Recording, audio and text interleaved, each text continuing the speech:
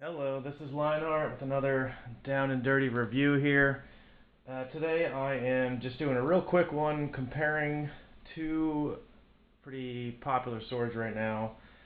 The famous Albion Bastard, which is from their Squire line of swords, their kind of basic, less expensive line, and the Swordier XVIIIc. They just call it that. That's also the type of the Albion version, but Swordier just calls it that. I don't know the prettier name for it.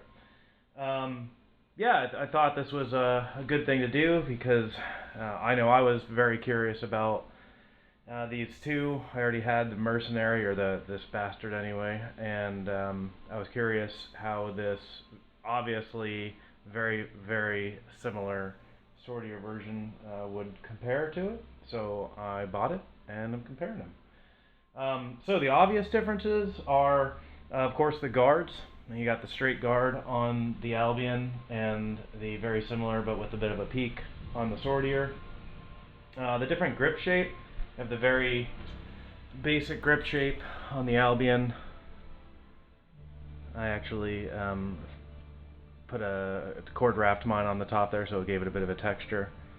But the shape is original, versus the Swordier has this little bit more tapered look to it, and of course stitched on the back instead of glued like the Albion. So different grip shape and style there, and yeah, the stitched versus glued.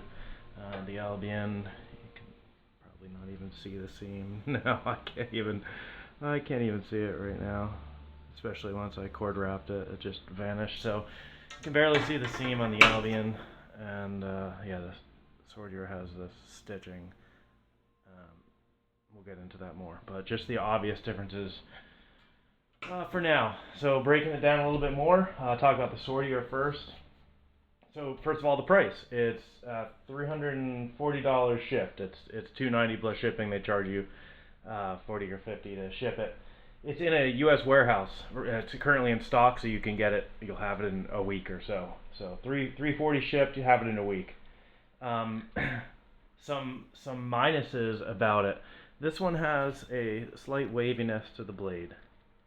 Try to show that as best I can. Waviness just being an unevenness in the grind. Very, very minor. I'm not saying this is a bad thing at all. This is your average, what you'll find on any sub $800 sword, almost always. Even then, some of the expensive brands forges have some waviness. So it's very, very minor, but it's there. And that's a difference that I'll show you right now. The Albion is basically a perfect grind. There's no waviness to this blade. So just a difference. Again, not the end of the world either way.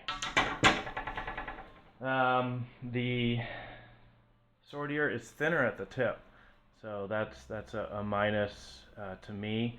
It's this last like 4 6 inches. The whole blade has a beautiful taper, beautiful distal taper, but the last 4 inches or so, it gets quite thin, and I think personally it's a little thinner than ideal. I didn't do extensive testing on it. Others have. They haven't really had much issues with the tip, but it's thinner than I'd like it to be. Versus Albion is very purposely reinforced at the tip. You could probably see that even. The whole last, 3 inches or so is reinforced extra thick. So, yeah, I really like that about the Albion, and I dislike it about the Swordier. The last big difference is the peen. The Swordier has this, let's see, try to get the light better. There we go. The Swordier has this, it's a fine peen, it's a great peen, but you can see it. Again, very average peen and very realistic peen, but Albion did their thing and made a basically non-existent peen. You can kind of see that. There we go, right? You can kind of see it, but it's perfect and basically non-existent. That's not necessarily a bad thing. I said Swordier's peen is very realistic. Historically, they wouldn't almost ever be perfectly blended in like the Albion is, but it's a difference worth noting. But the pros about the Swordier, it comes with a scabbard. It comes with a leather over wood scabbard, so that's pretty great. You know, it's basic, but it fits fine. Put this guy in there. Fits fine. The junction up there is pretty tight. So yeah, doesn't come with a belt, I don't think, but it comes with these little guys, so you can attach your own belt. Little metal shape at the bottom here, steel shape. There we go. Work with the lighting. Yeah. So it comes with a scabbard. That's pretty sweet. That's something that Albion doesn't do. It's very well done overall. Definite plus. I mean, the sword is fantastic. It's great distal taper. It's a fairly even grind. The handle construction, hilt construction seems to be absolutely solid. It's got a good peen. The blade gap is quite small and within reason. Let's see, get some better light on there. There we go. Yeah, blade gap's pretty darn solid. No rattles at all. This blade's good. The whole construction of it. So yeah, overall, it's really fantastic. Another plus, it's just under half the price of the Albion. So $340 shipped for this guy versus, and you can have it right away. And the Albion's going to be $700 shipped, plus roughly a 2-year wait right now. So that's pretty huge and awful. Last thing plus I have for the Swordier is I like the grip more. I always like a sewn grip more than a just glued grip. The glue, it comes undone eventually. Historically, the grips were sewn more often than not. Maybe somewhere just glued, but more often than not they were sewn and glued of some sort. But it's more historical, and I like the look better. Yeah, it's just more real to me, and I love it. So some people will dislike a sewn grip like that. I think it looks fantastic. As far as the Albion goes, some negatives about it. Plain grip. Said I already added the cord on here to give it that texture, but otherwise it's a very plain look to it. Especially if you don't add that texture. So that's a negative for it. And no scabbard. $700 ship, 2-year wait, and you don't even get a scabbard with it, not even a basic one. Versus $340 shipped, and you get a scabbard. So yeah, that's a pretty huge negative for Albion. I don't really get why they do that when plenty of other companies give very solid scabbards included with their swords, and you can even buy the scabbards separate for $100 from one particular company that makes them a very good leather over wood scabbard. $100. So especially if you can stop by there, you can find one, bring your sword with you, find one that fits well, and leave with it for $100. If you want info on who that is and how to do that, send me a message, comment down below, and I will let you know the contact for that. But yeah, so right, you can, moral of the story, you can make a solid scabbard for $100. I think Albion would benefit from doing something like that, offering something like that.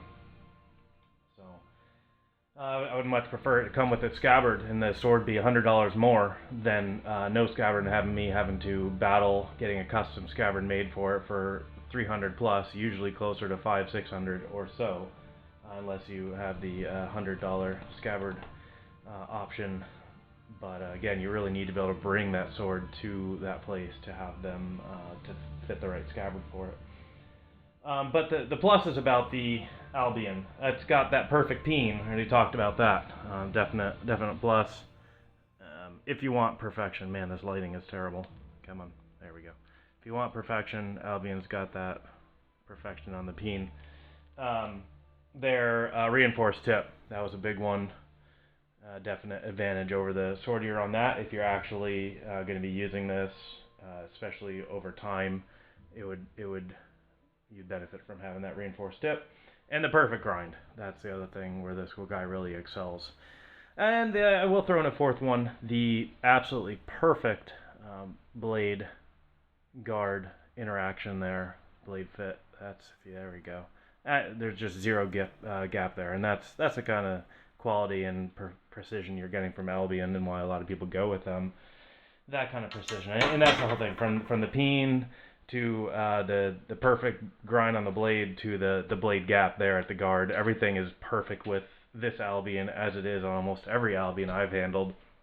So yeah, but you pay for it in money and time. But their stuff's great. So in the end, which one am I going to keep? Because my plan wasn't ever to keep both of these. I was going to pick one and keep it. Unfortunately, I am going to keep the Albion. I was really hoping to keep the Swordier. I'm going to keep the Albion. My biggest gripe is, it's twofold. The tip on the Swordier is really too thin for me. So if I was going to keep the Swordier, my plan was to grind about an inch off of it and blend it back in, and that would mostly fix the thin tip issue. And I have the tools and capability to do that. Not a huge deal at all, but I'd have to do that. And then I didn't like the shape of this guard. I really, really wanted it to be the plain, simple Albion guard shape. So my plan from the start was, if I was keeping it, I was just gonna grind it down and make it match the Albion, which again I can do, not a big deal. But between doing the guard, spending all that time and effort, and then shortening the sword and putting all that work in for the tip, just to keep this sword so I could then sell the Albion, I thought, you know what, no, not worth it. So in the end, I am going to keep the Albion, just so I don't have to go through that hassle. I'm not happy with it, with the Swordier how it is. I'm never going to be happy with the guard how it is, and I would have to eventually shorten and strengthen that tip. So yeah, so never going to be happy with it. It's got to go, unfortunately. So I will be keeping the Albion. That's basically already perfect. Now, is the Swordier worth it? Yeah, I do think it's worth every penny. As there's a couple bigger YouTube sword reviewers out there that reviewed specifically this Swordier. They raved about it. Basically, I don't know if they had one negative thing to say about it. So yeah, I think it's a fantastic sword. I agree with them every bit. It's fantastic. Some areas for improvement. Yep, that tip should be a little beefier, I think. And honestly, that's the only thing that needs to be improved is the tip. The rest is my just personal design preference. But if they change the guard to be like the Albion, then it would be a copy, really, which is never ideal. That brings up a whole nother thing there that's out there with the people are debating about Swordier, and feel free to ask me about that below if you'd like. But yeah, if they change that guard, it would be identical to the Albion, basically, which, again, not ideal. But yeah, worth $340 every day. I think very, very much so worth that. What you're getting for $340 is an absolutely incredible sword, and I wouldn't hesitate at all spending that, any of you spending that on it. Yeah, I'm going to keep the Albion. Alright, that's it for now. Until next time, Lionheart out.